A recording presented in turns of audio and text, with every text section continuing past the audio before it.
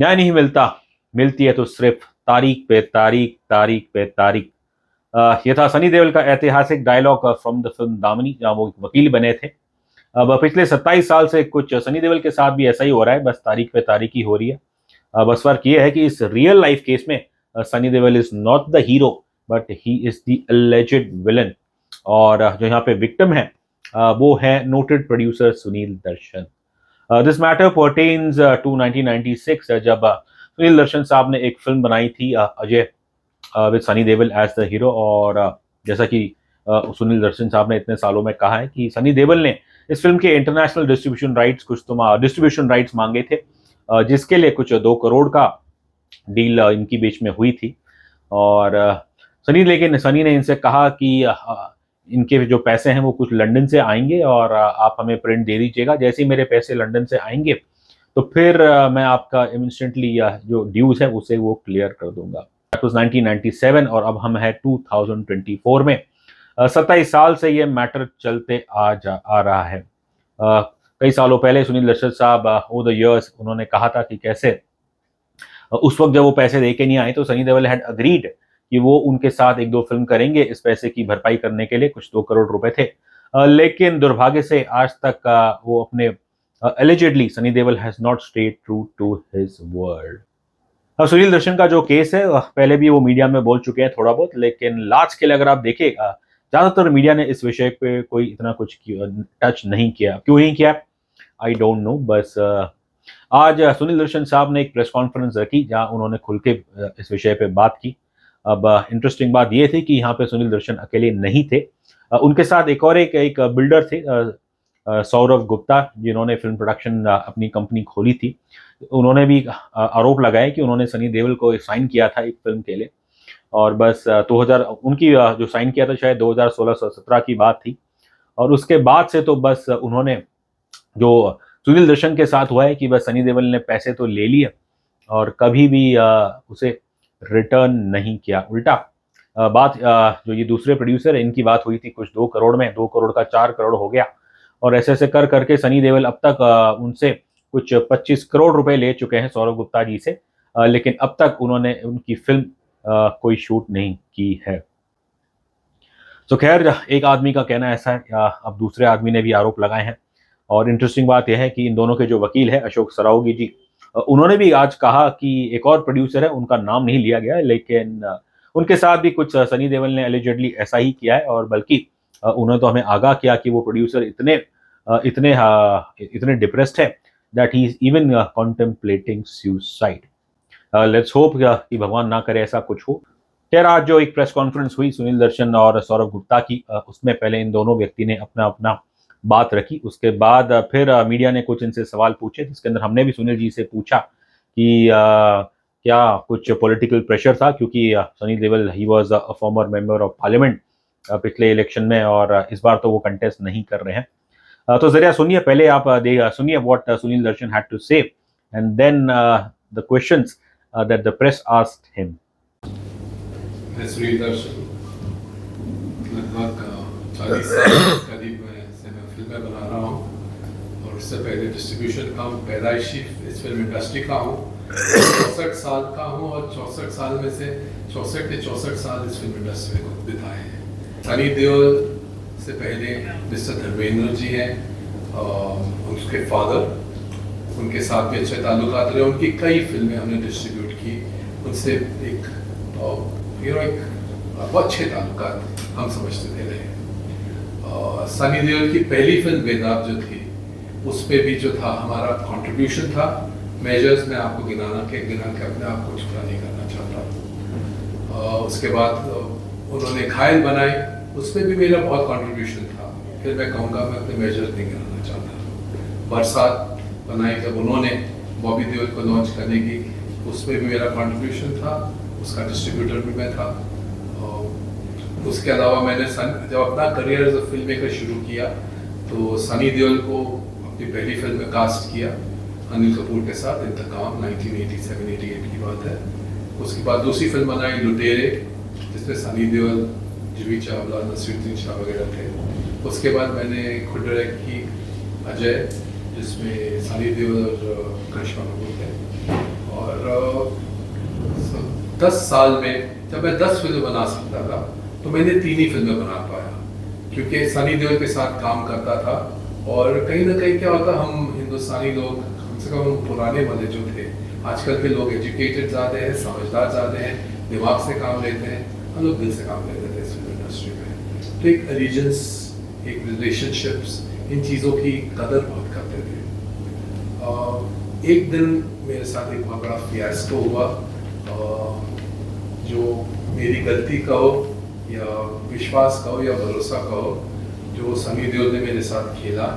और मेरे बहुत लंबे चौड़े पैसे, मेरा सारा किस्सा पब्लिक डोमेन में है, तो मैं उसको ज़्यादा इल्यूसिनेट नहीं करना चाहूँगा।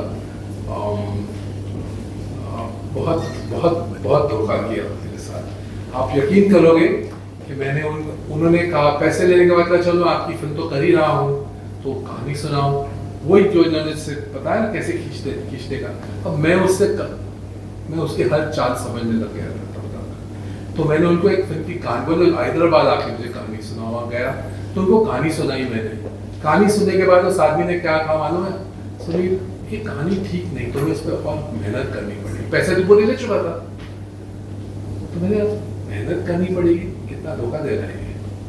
उस कहानी का नाम वो फिल्म है जिससे अक्षय कुमार का आज का 25 साल का करियर रहा है।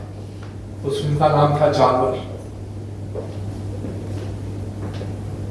उसकी नीयत देखते हुए मैं सोचा चलो, उस वक्त वो हमेशा ही फाइनेंशियल प्रॉब्लम में रहता है। बैंक का भी पैसा कहाँ दिया है अभी? नहीं, वो रहता है, नीयत होती है देने की। देखो मेरे पैसे देना कोई बहुत बड़ी चीज़ नहीं है सर, पैसे हैं मगर नीयत 100 करोड़ रुपए बैंक का आज तक भी नहीं दिया, एमपी बनने के बावजूद भी। उसके फादर धर्मेंद्र जी बहुत बुजुर्ग हैं, उनके शान के खिलाफ मैं कुछ कहना नहीं चाहूँगा, इसलिए उनका जिक्र इसके ऊपर नहीं करूँगा। कोर्ट गया, कोर्ट से मुझे कोर्ट के इंडिया के chief justice retired of India थे, वो मिस्टर भरूचा, बहुत ही वरिष्ठ जज थे। और जस्टिस गौतम पटेल जो आजकल हैं, वो सनी देओल की तरफ से लॉयर थे, मेरी तरफ से जो भी थे, नाम नहीं याद है।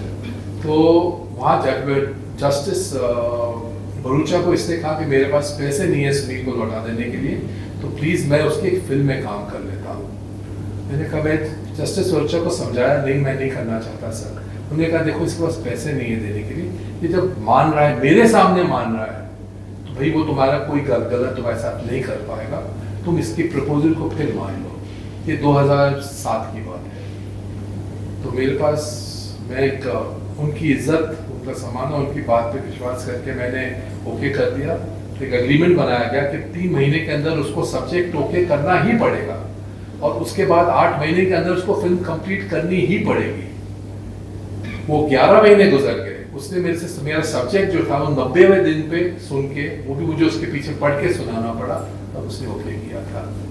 फिर 8 महीने तक मेरे से कहानी डिटेल्स डिस्कस कर रहा था, मेरे राइटर्स को मैं भेजता था जो मेरे एसोसिएट्स थे, और वरिष्ठ लोग थे, ऐसे नहीं कि कोई नए लड़कों को भेज रहा था, और एक्शन कोऑर्डिनेटर्स डिस्कस करता था, लेकिन फिल्म नहीं कंप्लीट की। एक दिन मुझे समझ आया कि तो 11 महीने गुजर चुके हैं, उसने फिल्म शुरू ही नहीं की, खत्म करने की तो बात दूर है।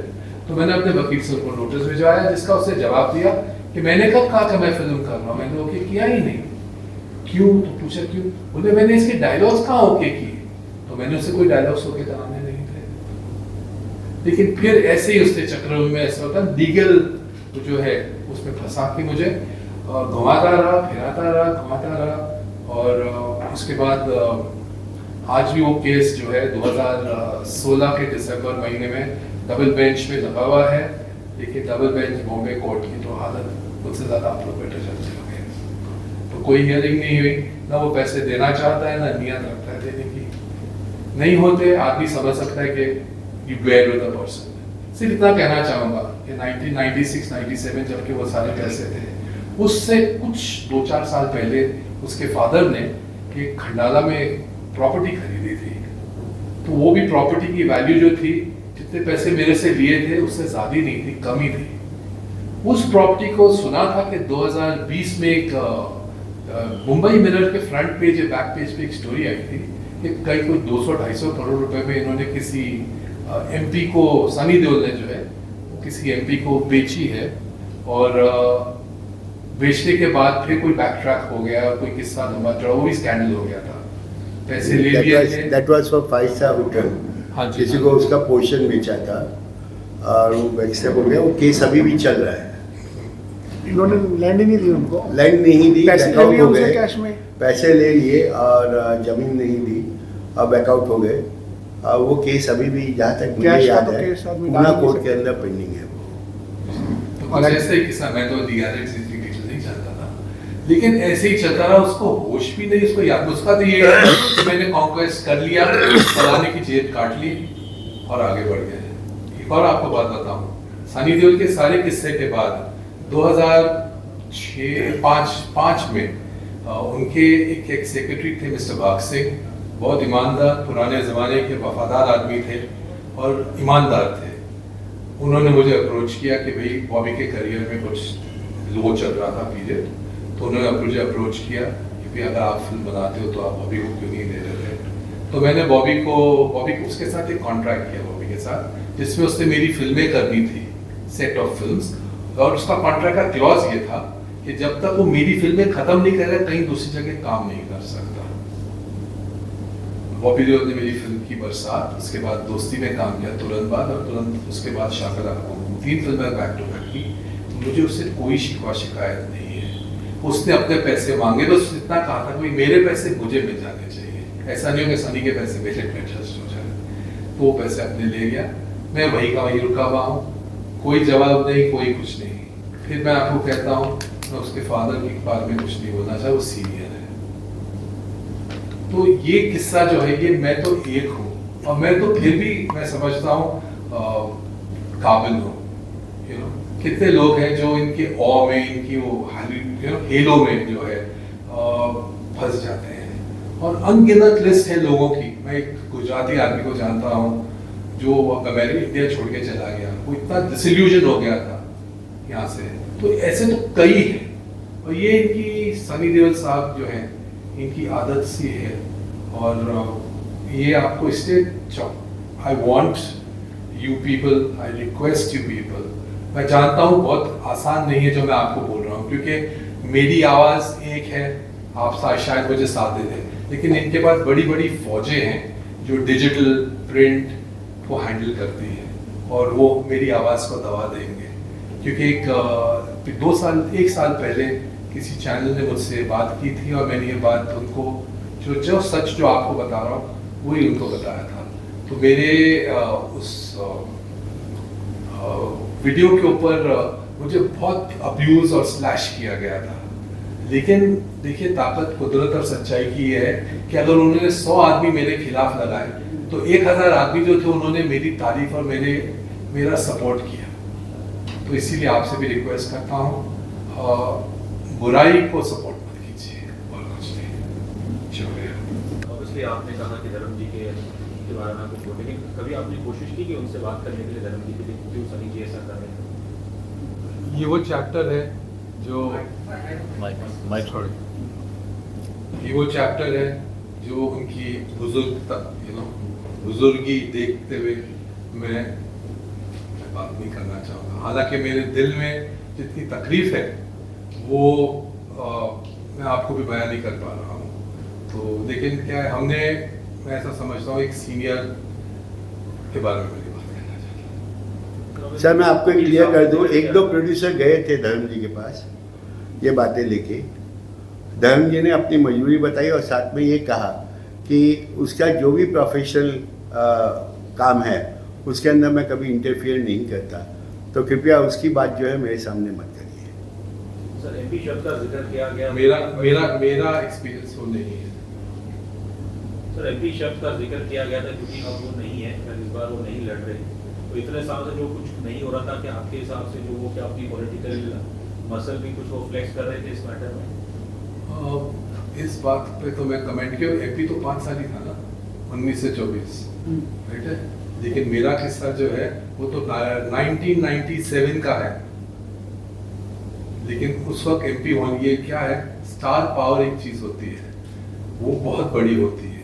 अगर आपके सीनियर्स हों, जिनकी PR एक्सरसाइजेज रिमार्केबल हों, जिनके बारे में 50-50, 60-60 साल से generations of reams of papers have been written of proving you to be soft, a wonderful son of the soil image. उसको डिस्टर्ब करना अच्छा नहीं होता सर। जो प्रोड्यूसर फ्रेटर्निटी आप खुद भी उसके हिस्से हो, प्रोड्यूसर्स एसोसिएशन में, क्या उन्होंने कभी भी इस मैटर को लेके? नहीं, प्रोड्यूसर्स एसोसिएशन में गया था आई थिंक 99 या 2000 के करीब, और उन्होंने उनके खिलाफ मुझे अवार्ड दिया था, लेकिन उस अवार्ड के खिलाफ ये कोर्ट में चले गए थे क्योंकि वो समझते थे कि तारीख पे तारीख लगाना बड़ा आसान है। मेरा सवाल आपसे है, बॉलीवुड की बात की जाए तो सारा खेल यहाँ पे भरोसे का, विश्वास का, ट्रस्ट का है। सनी देओल जी बहुत अच्छे आर्टिस्ट है, इसके बावजूद जो इस तरह से वो काम करते हैं, आपकी मंशा क्या मानते हैं आप? क्योंकि वो खानदानी पैसे वाले, ऐसा नहीं है कि उनके पास पैसे की किसी चीज की कमी है, तो क्या आप मानते हैं नियत की कमी है? मैं तो यही कहूँगा कि मेरा एक्सपीरियंस अपने लाइफ का, मेरी जिंदगी को जो है ना खराब करने वाले, डिस्टर्ब करने वाले, अगर कोई लोगों में नंबर 1 नाम लूँ तो उसका नाम सनी देओल है। क्योंकि एक करियर होता है जिसको बिल्ड करना कितना मुश्किल काम होता है सर यहाँ पे, और मैंने उनके ऊपर अत्यंत विश्वास रखा। मैं जानता हूँ, मैं ऐसा समझता था भाई कुछ और हीरोज उस जमाने में होते थे, उनसे मैं समझता ये अच्छे बैकग्राउंड का है, एक क्लासी आदमी होगा, लेकिन क्लास अच्छे कपड़े से नहीं बनता सर, क्लास अच्छे विचारों से बनता है, अच्छे कर्मों से बनता है, और वो अनफॉर्चुनेटली जो है मेरा एक्सपीरियंस ऐसा नहीं रहा।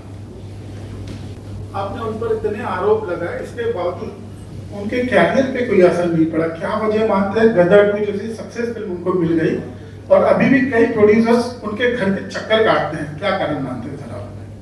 मेरे इल्जाम लगाने या ना लगाने से लोगों को पता ही नहीं चला। जब मैं आपको बता रहा हूँ कि 1100 लोग में से जो है किसी को शायद पता ही नहीं था मेरा किस्सा, जो उससे 15 साल पहले से प्रिंट मीडिया में, फिल्म फेयर में, जो प्रोमिनेंट न्यूज़पेपर्स होते हैं उनमें, कोर्टों के जो भी रीम्स होते हैं उसमें होता है। लोग यहाँ पे अब शायद इतने सेल्फ हो सकता है उनको पता ही नहीं चलता था। लोग यकीन, और क्या है, हमने इमेजेस बनाई वो सर, हमने वो फिल्में बनाई जिनसे इनके इमेजेस बनते थे, और वही इमेजेस जो हैं हमको डिस्ट्रॉय करने के लिए तैयार हो जाते हैं सर। जो प्रोड्यूसर्स एसोसिएशन है या सिंटा है या फिर FWIC है, क्योंकि देखने में लग रहा है कि यहाँ पे जैसे मल्टीपल एग्जांपल्स है ऑफ एक्सटॉर्शन और फ्रॉड, तो क्या कुछ इन संस्थाओं में कोई ऐसा प्रोविजन है कि जब तक ये केस सॉल्व नहीं हो जाते तब तक सनी देओल के ऊपर एक काइंड ऑफ बैन लगा दिया जाए कि उसको कोई काम ना दे, ऐसा कोई प्रोविजन है? सनी देओल एक अकेला आदमी नहीं है।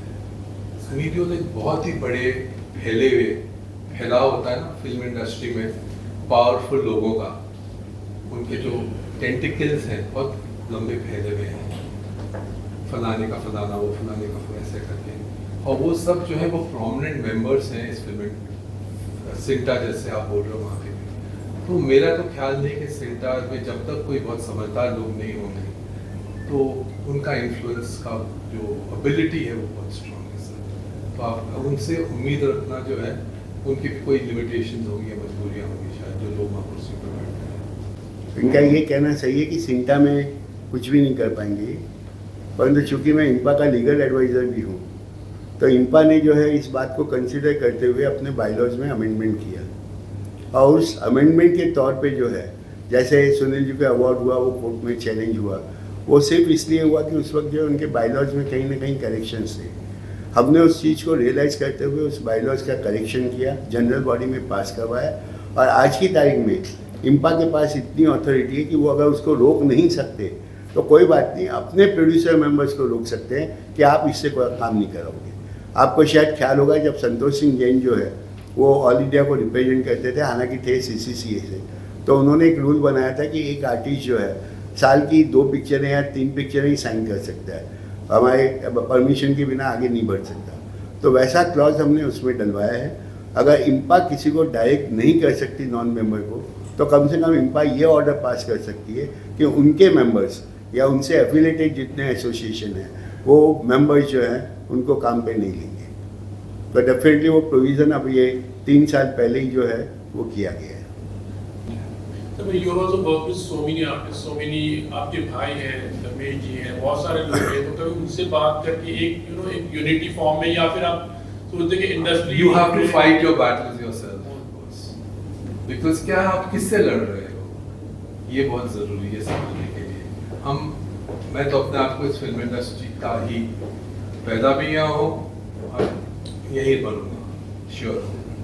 सनी देओल जी ने अदालत को लेके एक बहुत फेमस डायलॉग बोला था, तारीख पे तारीख, तारीख पे तारीख। आप इस केस को लेके कितना आगे तक जाएंगे, कब तक तैयारी है आपको केस? वो उस वक्त की परिस्थिति अलग थी, हाँ एग्जैक्टली, उस वक्त की परिस्थिति अलग थी। अब जो है काफ़ी परिस्थिति चेंज हो गई है। कोर्ट जो है काफ़ी मैटर्स जो है फास्ट ट्रैक पे ले रही है। और अगर आप पहले का डिस्पोजल देखेंगे, हाईकोर्ट के बाहर आप जाते होंगे, अब वहाँ डिस्प्ले बोर्ड रखा हुआ है कि कितनी न्यू फाइलिंग हुई, कितने डिस्पोजल हुए। अगर वो आप एवरेज निकालेंगे तो अभी काफ़ी मूवमेंट फास्ट है। अगर हम थोड़ा सा परसुएट करते हैं मैटर को, तो डेफिनेटली जो है वो मैटर्स टेकअप होते हैं और हियरिंग होती है। आपको लगता है केस फास्ट ट्रैक में जाएगा और जल्दी सुनवाई हो पाएगी? डेफिनेटली जाएगा। अगर रीओपनिंग के बाद में जो है इसमें थोड़ी मेहनत की जाए, 1-2 बार मेंशन किया जाए, तो डेफिनेटली फास्ट ट्रैक पे जा सकते हैं। और जहाँ तक सौरभ जी का है, क्योंकि ये तो क्रिमिनल प्रोसिक्यूशन है, तो ये डेफिनेटली बिल्कुल फास्ट ट्रैक पे चलेगा। सर अगर जो है अगला जो है प्रेस कॉन्फ्रेंस अगर सनी जी लेते हैं, तो क्या आपके द्वारा फिर से प्रेस कॉन्फ्रेंस ली जाएगी? सर अगर वो लेते भी हैं तो किस मुंह से लेते हैं? क्या वो कह सकते हैं हमने पैसा नहीं लिया? क्या वो कह सकते हैं हमने पैसा नहीं खर्चा कराया? आज किसी इंसान का आप 25 करोड़ जीरो कर दो, तो आप किस मुंह से प्रेस कॉन्फ्रेंस देंगे? तो मुझे नहीं लगता कि उनमें इतना गट्स है कि 25 करोड़ हजम करने के बाद भी वो जनता के सामने आके प्रेस के सामने कोई सवाल का जवाब दे सकते। सुनील जी, आप सहमत हैं कि बड़ी एसोसिएशन है फिल्म इंडस्ट्री की, चाहे वो इल्टा हो, सीटा हो, इंपा हो, बड़े आर्टिस्टों के सामने कमजोर पड़ जाती है और छोटे लोगों को दबा देती है? मेरे तजुर्बा, मेरे किस्से में जो होगा ना, उसके बाद मैं आपको इसका जवाब दूंगा। ये फिर भी आज तक का जो अनुभव रहा है फिल्म वालों का या मीडिया का, कि छोटे आर्टिस्ट बेचारे दबते हैं, बड़े मैं आर्टिस्ट जीता नहीं हूँ, लेकिन अभी तक निराश नहीं हूँ, उम्मीद है। तो you heard Sunil Darshan ji and also little bit from Ashok Saraogi ji. अब आने वाले दिनों में हम उम्मीद करते हैं कि सनी देओल द्वारा भी कुछ उनका वर्जन हमें सुनने को मिले, बिकॉज इतने सालों से थे वो हमेशा चुप ही रहते हैं। एंड जो लोग शायद इस केस से जुड़े हुए हैं, हम कोशिश करेंगे इम्पॉर्टेंट इंस्टीट्यूट या जो है उनसे भी बात करने की कोशिश, and will try to get to the bottom of this story.